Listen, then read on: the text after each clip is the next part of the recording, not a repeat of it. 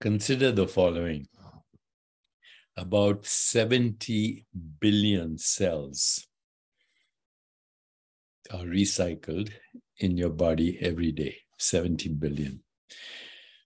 The total number of humans, that is Homo sapiens, that have existed in all of evolutionary time is about 117 billion, of which about 8 billion are alive this moment.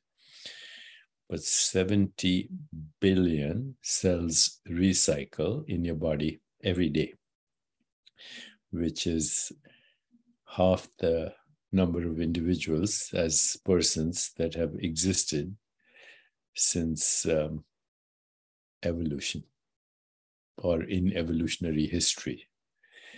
Okay, so every 2 days, your cells recycle as many in as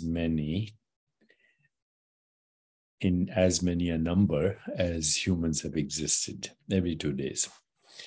This recycling involves both death and resurrection or reincarnation.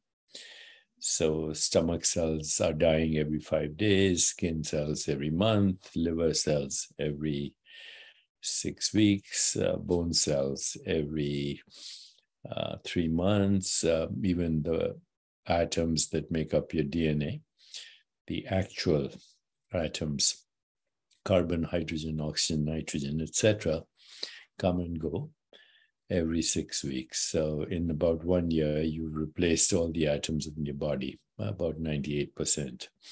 But every day, you're recycling 70 billion of them. This involves both a death and a resurrection. The death is called apoptosis, programmed cellular death, which allows life to exist, So this is how death makes life possible. But here's the clue. Here's the key. All this is happening synchronistically. So you can maintain what is called self-regulation, so self-repair, homeostasis, etc., etc. There are feedback loops of information that do this. And these feedback loops involve all your systems: cardiovascular system, immune system, endocrine system, body temperature, heart rate variability, breathing patterns, everything that's happening in your body, trillions of things. And these feedback loops are correlated with each other. In other words, synchronicity upon synchronicity, correlating with synchronicity. So if everything is happening synchronistically and correlating with synchronicity, then it has to be non-local. It has to be a manifestation of entanglement. There's no time for the liver cell to inform the kidney cell, this is what I'm up to, this is how you should self-regulate, and vice versa. And of course, you have trillions of cells in your body that have to correlate their activities, including their birth and death, instantly.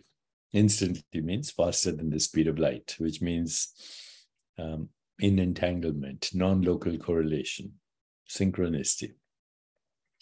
So if this is the nature of existence at every level, from ultra microscopic, which means quantum mechanical at the speed of light, to cosmic scales, eons, kalpas, yugas, whatever you call them, cycles of singularity, birth and death of not only one universe, but multiple universes.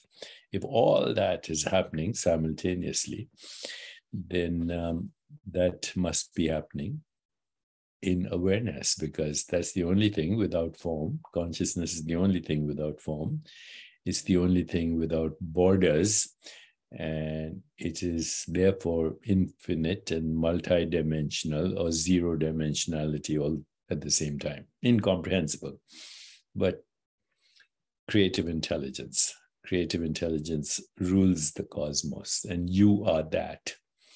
So if you and I are creative intelligence that rules the cosmos, then why do we experience everything in linear time? Why do we experience what we call the theater of space-time causality, and what the Easterners frequently refer to karma? Karma is just the recycling of past experiences and the recycling even of the interpretation of past experiences.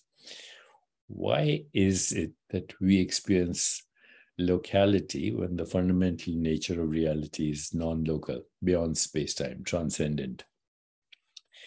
And I think the reason is we have this magical construct or false construct or illusion that we are persons. You know, as long as you believe that you're a person, then you interact with others that you call persons and other objects. And that interaction is local because the person is felt to be this changing collection of vrittis or excitations or fluctuations or vibrations or shaktis, whatever you want to call them. So what is a person? A person itself is a concept.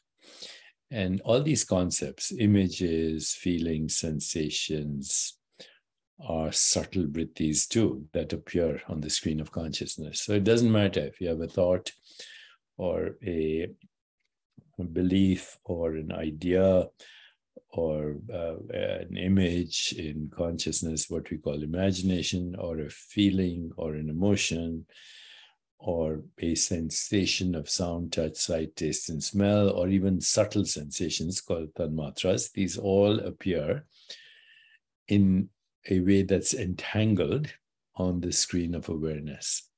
However, by localizing our identity as a person, we squeeze ourselves into the volume of a body in the span of a lifetime. And then, you know, we interact with other people that also are perceiving themselves, other entities called people or persons that are also bamboozled into the same construct because of human thought, which also, by the way, is a modified form of awareness, as everything else is.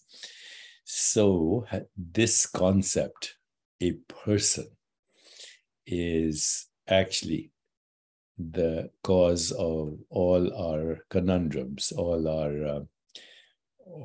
our confusion. If you decide right now to let go of that which we call a person, because there's no such thing, it's an imagination, it's an imaginary entity for a fluctuating vrittis or collection of fluctuating excitations of your true self. If you get rid of the idea and move from being a person, your identity, to that in which the person is an ongoing process, as are others, then you will experience synchronicity all the time.